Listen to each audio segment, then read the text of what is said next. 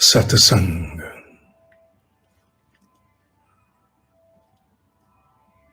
दुखेषु अनुद्विग्न मनः सुखेषु विगत स्पृह वीत राग भय क्रोध स्थित धी मुनि उच्यते।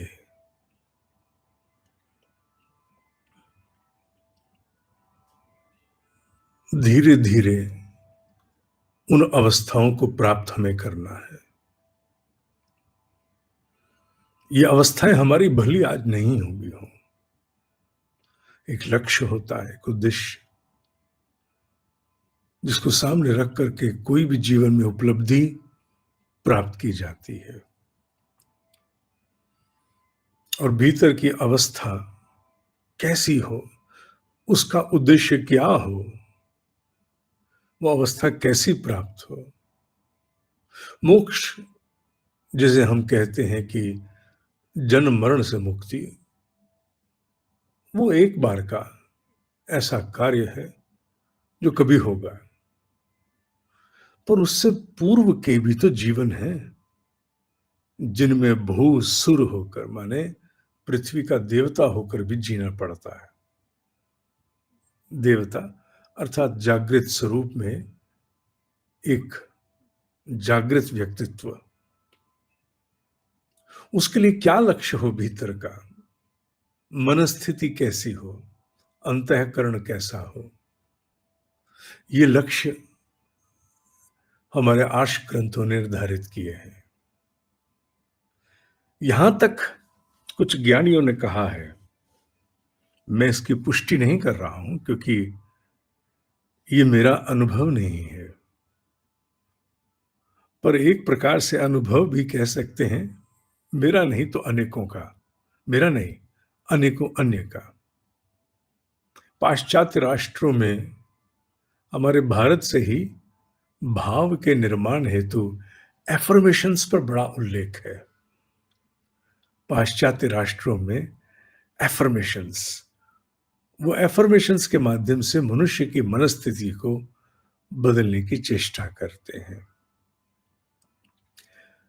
नहीं, विज्ञान तो है, सार्थक विज्ञान है, पर अकेली एफर्मेशन कुछ नहीं कर पाते, टिक नहीं पाती। उसको भी योग देना पड़ता है, और वही योग जो मैंने 2 दिन पूर्व कहा था, तप का योग। तप के योग के बिना प्रभाव टिकते नहीं, वो किसी भी साधना से क्यों ना आए हो। पर एफर्मेशन माने एक भाव को अपने भीतर बार बार एक स्वीकारोक्ति के रूप में लाना। कुछ बार बार अपने भीतर मंत्र रूप में नहीं, भाव रूप में दोहराना, जो अभी नहीं भी है तो भी दोहराना। एक प्रकार से इसे एफर्मेशन कहते हैं सरल भाषा में। और उस एफर्मेशन के विज्ञान पर आधारित होकर कुछ ज्ञानियों ने कई आर्ष ग्रंथों के, बल्कि रामचरितमानस के भी, रामचरितमानस की कई चौपाइयां, भगवत गीता के श्लोक, उपनिषदों के श्लोक, कहा है कि इनके द्वारा मनुष्य अपने मन और शरीर के रोग भी ठीक कर सकता है, कठिन परिस्थितियों को भी पार कर सकता है। ऐसा उनका मानना है ज्ञानियों का, और मैं उन्हें नकार नहीं रहा हूं, भले ही वो मेरा व्यक्तिगत अनुभव नहीं भी है, क्योंकि मैं विज्ञान से परिचित हूं, जिस विज्ञान पर आधारित होकर यह भाव सक्रिय होता है। आज का श्लोक भी उन्हीं में से एक है, जिसके द्वारा भीतर के अवसाद, डिप्रेशन इत्यादि, इस प्रकार के कुछ श्लोक अब आएंगे आपके समक्ष, जिनमें ज्ञान पक्ष तो बहुत गहरा है ही, उसे कोई काट नहीं सकता, पर उसका लौकिक स्तर पर निदान पक्ष, द क्योर, वो भी बड़ा सशक्त है, जिसके द्वारा निदान अनेक स्तर पर मनुष्य को प्राप्त हो सकता है। मैं अंतिम बार दोहरा रहा हूं, मेरा व्यक्तिगत अनुभव ये नहीं है, पर मैं इसके विज्ञान को जानता हूं, इसलिए मेरा इसमें विश्वास है। और जिस श्लोक का मैंने आज उल्लेख किया, ये अध्याय 2 का श्लोक नंबर 56 है। और इस श्लोक का मर्म कहता है, मनुष्य के भीतर एक ऐसी समता होनी चाहिए कि उसे ना तो कोई आने वाला सुख उड़ा के ले जाए और ना ही कोई दुख उसे पूर्णतः डुबा के चला जाए। एक बार में उड़ना, दूसरी बार में डूब जाना, इससे मुक्त होना पड़ेगा। इसका अर्थ ये नहीं है कि स्थितियों का, जीवन का आनंद नहीं लेना, उदास होकर बैठना, बिल्कुल नहीं। इसका तात्पर्य है कि जो जितनी अवस्था का विषय है उतना भर उसमें रहना। अंग्रेजी का शब्द हाइप नहीं करना, न अति सुख के भाव को, न अति दुख के भाव को। जितना है उतने भर उसके साथ न्याय करके अपने भीतर अनुभव करना, उतना भर, उससे अधिक नहीं। पर कहां लाइन खींचनी है कि इससे अधिक नहीं जाना और इससे अधिक मुझे दुखी नहीं होना, ना सुखी होना, ये निर्णय कौन करेगा? ये निर्णय तुम करोगे। कैसे? अत्यधिक सुख का समाचार, अत्यधिक दुख का समाचार, उसमें से तुम्हें अपने भीतर की समता को प्राप्त होने में जितना कम समय लगे, उसका यही अर्थ है कि तुमने रेखा खींच ली। अब तुम ना अत्यधिक सुख को और ना अत्यधिक दुख को प्राप्त होते हो, उसमें से बाहर आ जाते हो। रेखाएं खिंच गई। क्योंकि हर बार पूछते हैं, who will draw the line and where will we draw the line? इससे ऊपर नहीं जाना, इससे नीचे नहीं दुखी होना। लाइन ड्रॉ हो गई। तुम अगर उस अवस्था से बाहर अपने भीतर के संतुलन में जल्दी से आ जाते हो तो लाइन ड्रॉ हो गई, पैमाना बन गया। अपने भीतर की समता के भाव को प्राप्त होना है। इसीलिए कहा, दुखेशु अनुद्विग्न मनः, सुखेशु विगत स्पृह। न उद्विग्न होना है, न सुख के प्रति अपने भीतर स्पृहा उस रूप में जागृत करनी है कि बस उसी में लगा कि कई दिन की पार्टी हो गई। वीत राग भय क्रोध, वीत कहते हैं पार कर जाने को, लांग जाने को। तीनों को साथ कहा। जो सुख और दुख, इन दोनों में अपने आप को समता में लाना जानता है, सुख और दुख की अवस्था से जल्दी बाहर लाना जानता है। बाहर लाना, प्रभावित ना प्रभावित तो करेंगे, सुख भी प्रभावित करेगा, दुख भी प्रभावित करेगा। करना भी चाहिए, करना भी चाहिए, क्योंकि हम संवेदनहीन तो नहीं है ना। पर इतना करें कि हम अपने भीतर के संतुलन, समन्वय, समता को बड़ी जल्दी प्राप्त करके वापस आ जाए। और जब व्यक्ति ऐसा करता है तो धीरे धीरे उसको राग माने आकर्षण, जहां आकर्षण है वहां विकर्षण साथ ही है। अट्रैक्शन एंड रिपल्शन दोनों साथ खड़े हैं, एक साथ।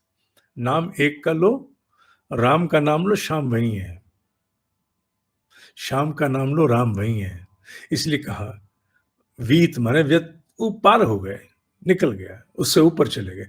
राग भय क्रोध, ऐसा व्यक्ति जो अपने भीतर के सुख और दुख के भाव से समता को प्राप्त होता है, ना अति उद्विग्न होता है, ना अत्यधिक स्पृहा में चला जाता है, ऐसा जीव धीरे धीरे राग द्वेष से, और जहां आशा है निराशा भी है, आशा है भय भी है, नहीं हुआ तो ऐसा ना हो जाए, वो भी धीरे धीरे समाप्त होते हैं।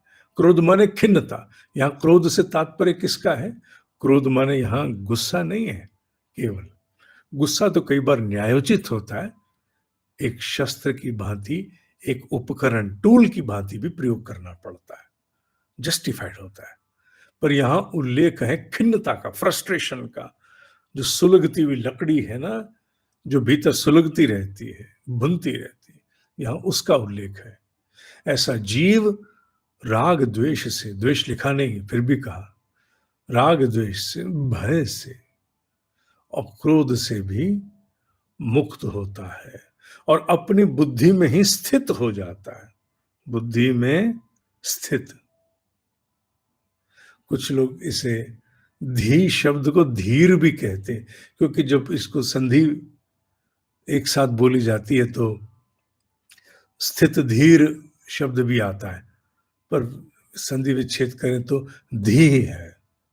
धीर से धैर्य है एक प्रकार की, वो भी भीतर की वही अवस्था है।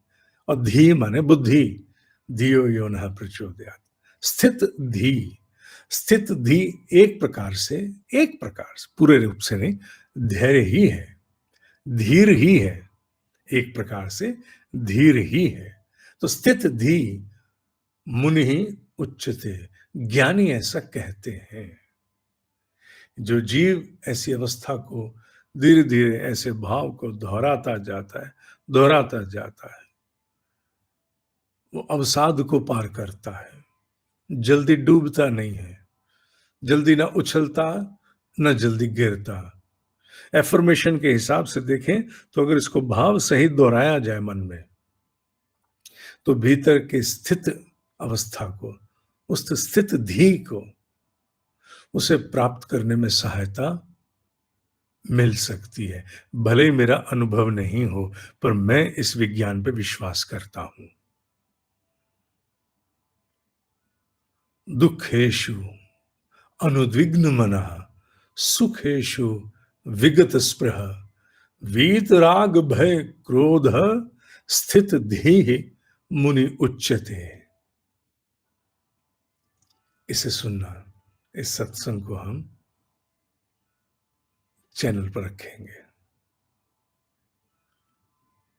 आज से अब आने वाले कुछ दिनों में इसी भाव पर, जो भीतर की स्थिति है उस भाव पर, क्योंकि पेंडेमिक के जाने के उपरांत वो सब कुछ अब बहुत दुष्प्रभावित करता है जो पेंडेमिक में नहीं करता।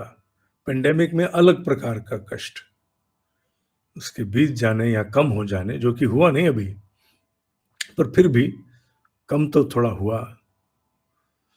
कई अवस्थाएं मन को प्रभावित करती हैं, उनमें इसमें ये भाव, ये अध्ययन, ये सत्संग, ये श्लोक, ये अमृत वर्षा है, अमृत वर्षा, संजीवनी बूटी है ये। आज के लिए इतना ही। ओम ही सत्य है, ओम ही सत्य है, ओम ही सत्य है।